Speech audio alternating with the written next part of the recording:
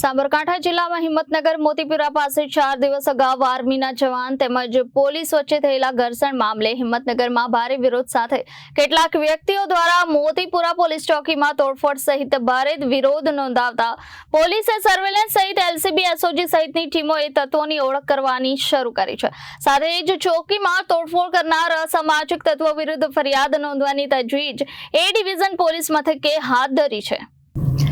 ગાડીની black film મામલે આર્મીના જવાન અને પોલીસ વચ્ચે થયેલી મારામારી તેમજ આર્મીના જવાન સામે ફરિયાદને લઈને ગુજરાતભરના માજી સૈનિકોની એક માંગણી ખાતે રેલી નીકળી હતી અને આયોજનપત્ર કલેક્ટરને આપી ત્યારબાદ જિલ્લા પોલીસ વડાએ આવેદનપત્ર આપ્યું હતું, જે સામાન્ય પણ પોતાની માંગણીઓ સહિત ન્યાય માટે વિરોધ પ્રદર્શન કરવું યોગ્ય છે। જોકે સરકાર માલ સામાન સહિત મિલકતને નુકસાન પહોંચાડવું અતિ ગંભીર ગુનો બનતો જાય છે। સાથે સાથે માજી સૈનિકોની રેલી તેમજ ઉગ્ર વિરોધ પ્રદર્શનમાં તકનો લાભ ઉઠાવી કેટલાક અસામાજિક તત્વો કાયદો અને વ્યવસ્થા તોડવાનો પ્રયાસ પણ કરતા હોય છે। ત્યારે હિંમતનગરમાં નિવૃત્ત સૈનિક સંગઠન સહિત યશપાલસિંહ ઝાલાના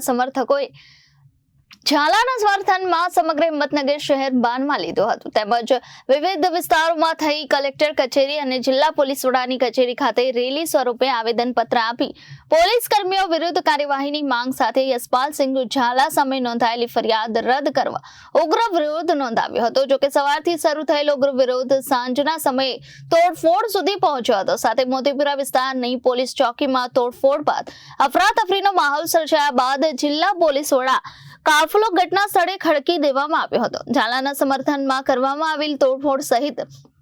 કાયદો અને વ્યવસ્થા તોડનાર વ્યક્તિઓની ઓળખાણ સહિતની ફરિયાદની કાર્યવાહી હાથ ધરવામાં આવી છે। 3/9/25ના રોજ મોતીપુરા ચોકી પાસે જ્યારે શહેર ટ્રાફિકની ટીમ દ્વારા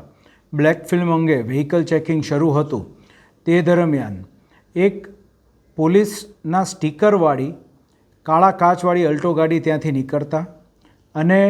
પોલીસ દ્વારા તે બાબતે ધ્યાન જતાં તુરંત જ સિટી ટ્રાફિકની ટીમ દ્વારા તે ગાડીને રોકીને આગળ તેની પૂછપરછ શરૂ કરવામાં આવી હતી, જેમાં બેસેલ ઈસમ દ્વારા સૌપ્રથમ તો પોતે પોલીસ સ્ટાફ હોવાનું જણાવેલ, ત્યારબાદ વધુ આ બાબતે પોલીસ દ્વારા પૂછપરછ કરતાં પોતે પોલીસના ઓળખીતાની ગાડી લઈને નીકળેલ છે તે મુજબ જણાવેલ અને આ બાબતે જ્યારે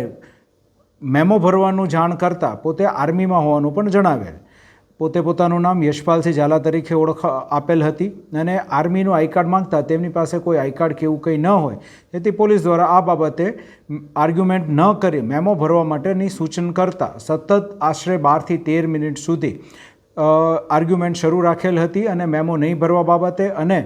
ગાડી ડિટેન નહીં કરવા દેવામાં આવે તે બાબતે તેણે જણાવેલ હતું। આ બાબતે ત્યારબાદ પોલીસ દ્વારા જ્યારે તે ગાડી લઈને જવાનો પ્રયત્ન કરે છે ત્યારે તેને રોકી અને કાયદેસરની કાર્યવાહી કરવાનો પ્રયત્ન કરતાં વધુ આ બાબતે ઉગ્ર દલીલો અને ઝપાઝપી થાય છે અને તેની અંદર પોલીસ દ્વારા જરૂરી કાયદેસરની કાર્યવાહી હાથ ધરવામાં આવે છે અને આ કાર્યવાહીના ભાગરૂપે તપાસ હાથ ધરવામાં આવે છે। સદર તપાસની બાબતે જે નિવૃત્ત સૈનિક સંગઠન છે તેઓ દ્વારા રજૂઆત કરવા અર્થે આજરોજ 8/9ના રોજ એક રેલીનું આયોજન કરવામાં આવેલું હતું અને આ રેલીના આયોજનના ભાગરૂપે તેઓ દ્વારા જે જીન રોડ છે ત્યાંથી શરૂ કરીને કલેક્ટર ઓફિસ સુધીની એક રેલી કાઢવામાં આવેલી હતી અને તેઓ દ્વારા કલેક્ટર સાહેબને મળીને અને ત્યારબાદ અત્રેની કચેરીએ પોલીસ અધિક્ષકશ્રીને મળીને પોતાની રજૂઆત કરવામાં આવેલી હતી અને તેઓની રજૂઆત શાંતિપૂર્ણ રીતે સાંભળી તેઓની તમામ રજૂઆત જે છે એ અન્વયે ન્યાયપૂર્ણ કાર્યવાહી કરવામાં આવશે અને તે માટે સમયની માંગણી પણ તેઓને પાસે કરવામાં આવેલી હતી અને તેઓને જાણ કરવામાં આવેલી હતી। સદર રેલી જે કાઢવામાં આવેલી હતી તે દરમિયાન જ અમુક અસામાજિક તત્વો દ્વારા અવૈધ રીતે ઉશ્કેરણી કરીને આ અસામાજિક તત્વો દ્વારા જે પોલીસની જે મોતીપુરા ચોકી આવેલી છે તેની નજીક જે પોટાહટ છે તે પોટાહટ પાસે જઈને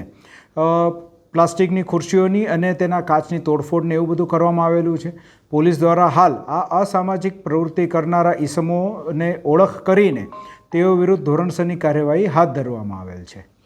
રિપોર્ટર નિલેશ જોશી, જનાદેશ ન્યૂઝ, સાબરકાંઠા।